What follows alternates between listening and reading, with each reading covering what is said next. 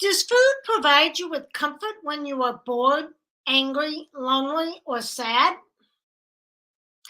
Are you snacking throughout the day even though you aren't hungry? Welcome to Your Hunger Satisfied, where we discover what you are truly hungry for and learn to satisfy those deepest cravings so you can end emotional eating once and for all. Hi, I'm your host, Peggy Dunn. I'm a licensed professional counselor, a functional medicine health coach, and a certified life coach specializes in emotional eating and weight loss. I'm also a lifelong emotional eater, and I want to provide you with information, motivation, and support so that you can learn how to manage your issues with food and develop a healthy relationship with yourself and with food. Do me a favor and take a moment and just let me know where and when you are watching this. I would really appreciate that. Okay, so today I'm going to explain why you need to lean into feelings of discomfort and learn how to sit with difficult emotions instead of turning to food. If you are ready to finally lose the weight you want to lose for good, then let's get started. First, I want to thank you so much for joining me this week. And one of the things as an emotional eater when I was young, I learned it was not acceptable to express my feelings when I was upset about something. It was, if you're going to cry, I'm going to give you something to cry about. Or go to your room and cry. Nobody wants to hear anybody who's negative. So my default was to feel very misunderstood and to stuff down my feelings. So I would eat. My brain was like, yeah, I'm going to eat because it's going to make this feeling go away. It's going to make me feel better. And that is what we emotional eaters do. As emotional eaters, we often devise various strategies to escape those uncomfortable emotions. But in truth, the key to not only overcoming emotional eating, but also achieving weight loss lies in facing these discomforting emotions head on. It involves embracing these feelings, allowing them to exist, and having trust in your ability to experience and navigate them. What I want to do is help people do what I've helped myself do over the years and what I'm still trying to help myself do. And that is to believe in myself, know that I'm worthy, and know that good things are coming into my life. Good things are already in my life. And that I can be grateful for every single thing that I have right now. But if I'm feeling unworthy and not good enough, and I don't feel like I measure up, those things aren't going to happen because I'm going to push them away. I'm going to eat myself into a place that's not where I want to be. And I'm not going to show up for myself as my best self. And I won't strive to reach those goals and dreams and the things that I want in my life.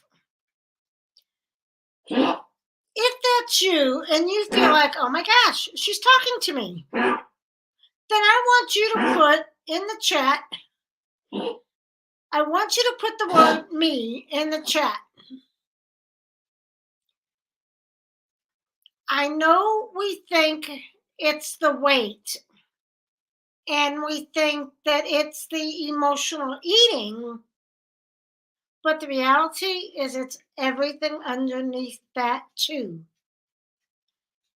It's all about the feelings about ourselves, and that's what I want to get to, and that's what we're going to talk a little bit about today. That's actually what the Healthy Hunger Network community is all about. And if you're not yet a member of Healthy Hunger Network Facebook group, why not? Head on over to facebook.com/groups /Healthy Hunger Network and request to join. That group's really about teaching women how to believe in themselves again, how to love themselves again, how to take care of themselves and not put everybody else first. You gotta put yourself first before you can take care of anybody else. Not just because you have to take care of other people, but because you deserve it. You deserve to be happy. So, we're going to talk about the whole premise of avoiding discomfort. Newsflash, we as human beings don't want to be uncomfortable. So, there's 3 areas I'm going to talk about. I'm going to talk about why we do it, why we emotional eat, why we try to avoid the discomfort, and how that impacts emotional eating directly. And then what you can do to start now in order to be able to move towards being okay with being uncomfortable, to get comfortable with being uncomfortable. So let's jump in. First, we're going to talk about why we do it. In all honesty, our brains are hardwired to avoid discomfort. Think about Maslow's hierarchy of needs. First, you have the physiological needs. These are the things like nutrition, water, air, shelter, sleep. Then there's the safety. This includes stability and predictability, protection, structure, order, law, limits, freedom from fear. Next is social, community, affection, friendship, intimacy, and acceptance. Then as you move up to esteem needs, dignity, achievement, mastery, competence, independence. Then finally comes the self-actualization needs, such as growth, understanding, beauty, morality, exploration, and play. All of those are basic human needs, and we need all of those in that order to feel comfortable. Our brain, our primal brain, is wired to make us want to be happy. Like right now in the moment, and our brain goes out of its way to make sure that we are comfortable, that we are happy. Our brain asks, what do we need to do to get her to think, feel, and act comfortable? To be happy. Unfortunately, oftentimes that directly collides with what we, at a conscious level, want, what we want in our lives. So we just have to know that our brain is just doing what it's supposed to be doing from an evolutionary standpoint. Keep in mind that our brain is often in conflict with what you personally want to do. We also have this false belief that we're supposed to be happy at all times. Social media, TV programs have all ramped up this false belief. It's made it a very powerful belief that we mistakenly have. Like life is supposed to be the way it's portrayed on social media, on Instagram, on Facebook. People put up the happy barbecues, the happy dinners, the perfect holidays, which are coming up. They post, hey, look at what my kids are doing at school. Unfortunately, what you don't see is when their kids are having a temper tantrum in the middle of the store. And the parents, they just want to run away and pretend that's not my kid. They don't act up like that. But no, nobody posts that kind of stuff. So, Oftentimes it makes us feel like, well, I must be a terrible parent or an awful person, or whatever the case may be. But we have to understand that life is not ever going to be 100% happy all the time. I mean, I know we know this intellectually, but not necessarily in our hearts. So it holds us back because we're taught to think that life is supposed to be like it's portrayed on social media. Why isn't my life like that? Well, guess what? Their life isn't like that either. But knowing that, internalizing it, and accepting it is a whole nother ballgame. So I want you to understand your thoughts and understand how much your thoughts play into how you feel.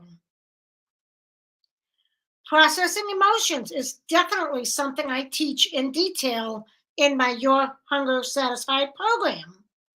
Processing emotions is definitely something that does take practice, but once you learn it, it is so powerful. So, how does all of this impact emotional eating? Think about it. You're cruising through your day. Let's say somebody says something at work, something that they think is a funny joke, but you find your feelings are hurt and you're not happy about it. First of all, make sure you know when somebody says something, they're just words. You get to choose how you want to interpret them. We can't blame other people. Other people don't make us feel anything. Anything. We always have to take full 100% responsibility. The way we feel is a result of the way we think, and that is our responsibility. Believe me, I know that's not easy. That's why it takes time. It's crucial to emphasize that when discussing emotions, we first recognize that initial trigger that upset us, leading the trigger that led to emotional eating, didn't occur by chance. We made a choice to become upset about it. I understand you may be skeptical, hesitant to accept this, and that's perfectly fine.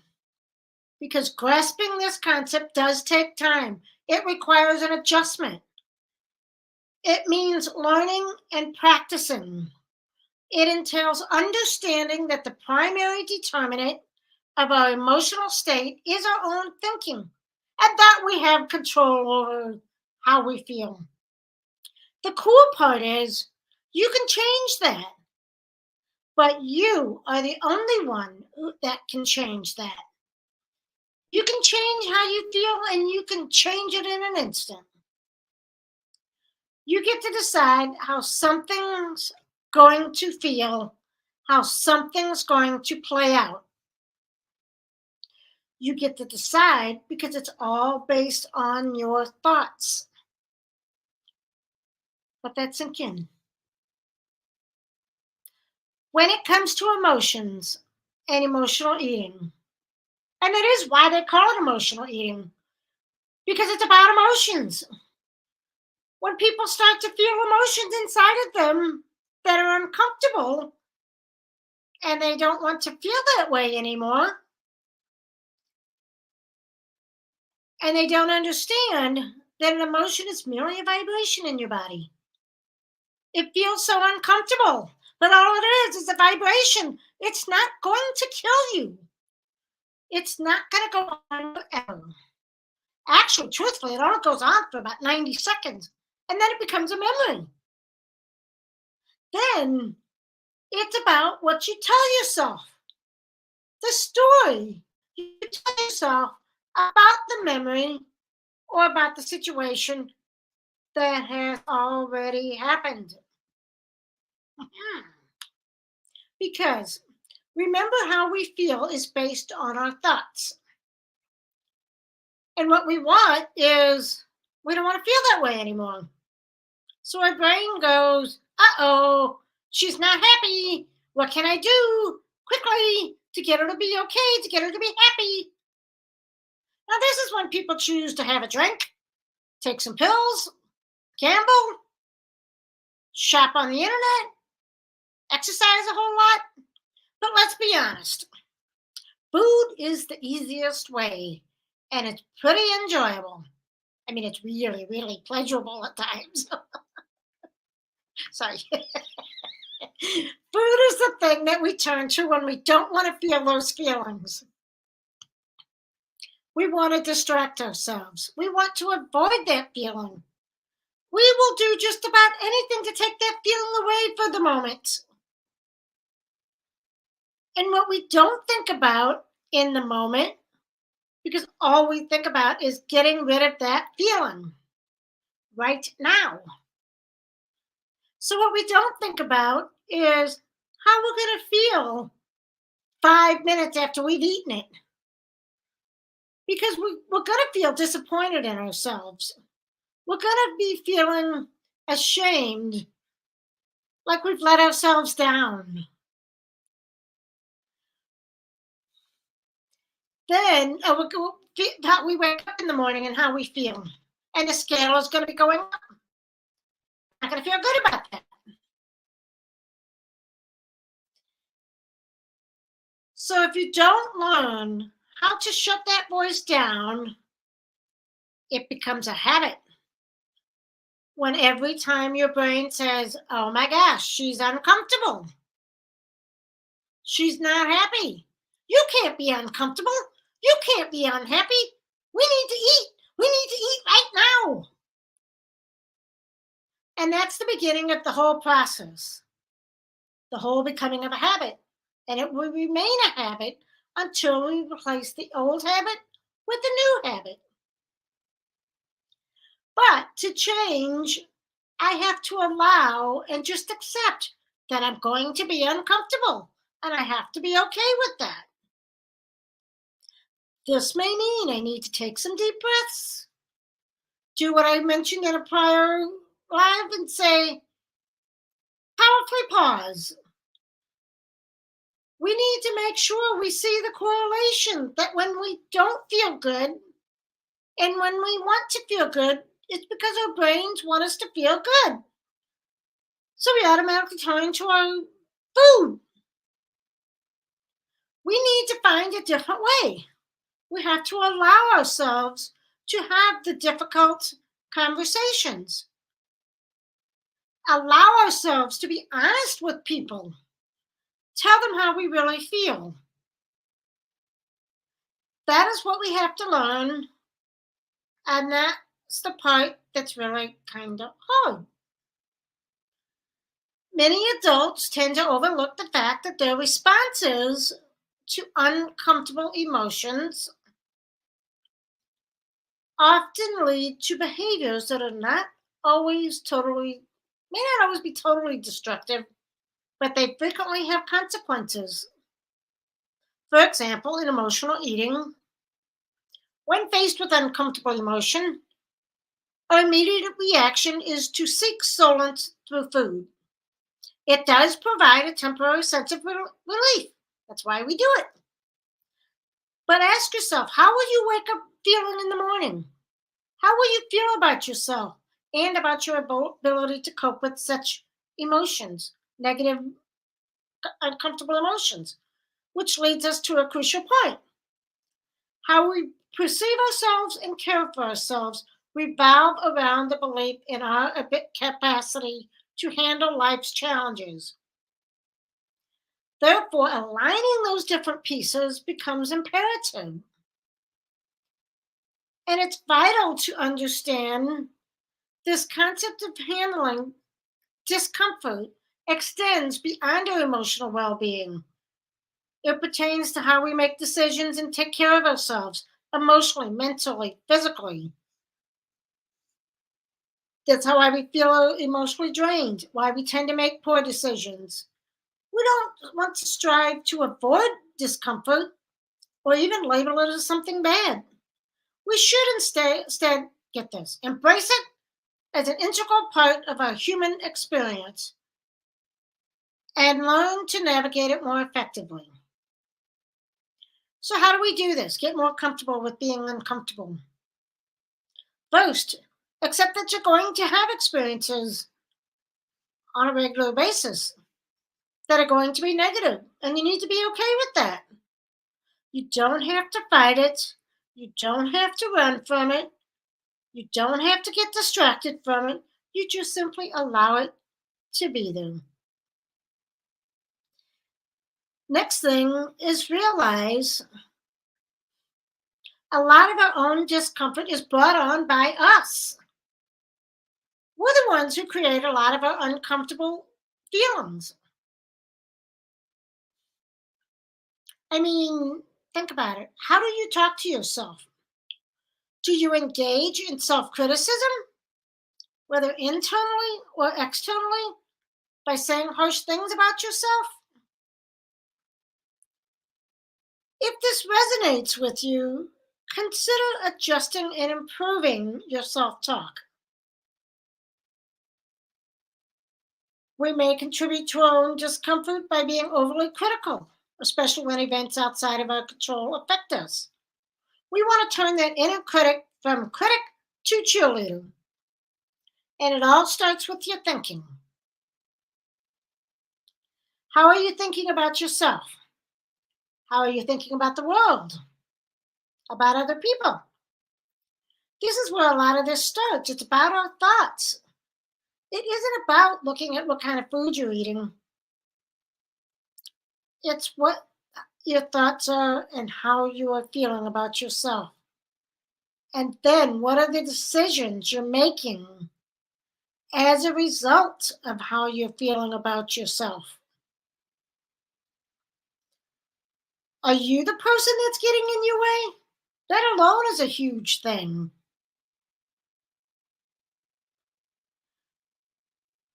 When faced with challenging situations and the swirling emotions that accompany them, it can be a daunting task to catch yourself in the midst of an emotional response.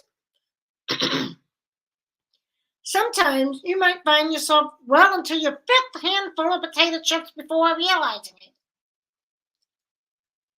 Yes, I know. It's essential to reflect on how to become more self aware and establish some sort of warning system or safety mechanism for yourself to recognize when you begin falling into the pattern of emotional eating. This will take time and effort. You may need to consciously interrupt the process and acknowledge it when it's happening. By doing so, you can prevent yourself from turning to food as a coping mechanism. You'll learn to sit with your emotions. You can create a reminder for yourself. Like I've trained myself to halt in the middle of emotional turmoil and just say, whoa, stop and think about, what am I thinking about? How am I interpreting the situation? What are the facts and what am I telling myself about it?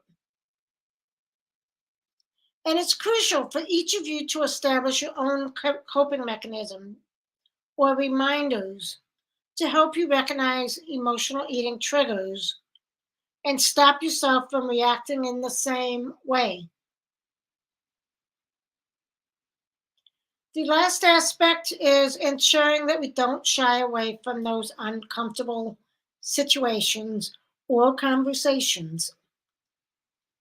It's essential to practice being uncomfortable, engaging in those awkward discussions, addressing issues that we might have avoided for years. This is especially helpful for the upcoming holiday season. Acknowledge your discomfort, but don't shy away from addressing the issues that need to be confronted. After confronting them a few times, you'll realize you not only survived, but you actually feel empowered. There's an amazing sense of strength that comes from standing up for yourself, expressing your truth. You'll find yourself more willing to participate in those conversations more frequently because it's a liberating feeling When you can articulate your thoughts and emotions and truths in a way that's appropriate for you, as well as being respectful to others, turning to food as a coping mechanism kind of becomes irrelevant. You don't need to do it as much because you're honoring your feelings and being authentic to yourself. My goal for everyone is to feel great about being who they are, not trying to be somebody else, not stuffing yourself down, but generally embracing yourself. So, I have an action step I want you to take. Over the next 24 hours, observe how frequently you avoid uncomfortable situations or conversations. Do you scroll? Do you eat? Take note of these instances in various aspects of your life, whether it's at work, at home, in your relationship with your spouse, friends, children. I want you to commit to either engage in that uncomfortable conversation or simply allow the feeling to be present without using food as a coping mechanism. The key is to be okay with the discomfort. You're going to survive. You have the strength to survive it. The goal is to be proud of yourself for facing these situations head on and embracing your worth and importance. Remember, you are inherently valuable and you don't need to do anything to prove it. Your assignment is more about believing in your own intrinsic value and learning to lean into discomfort. So there you have it. Why we emotionally eat. I mean, duh. It's all about avoiding feelings of discomfort. Our brains work so hard to make us comfortable, to make us happy, to help us survive. So until next time, make it a joyful week.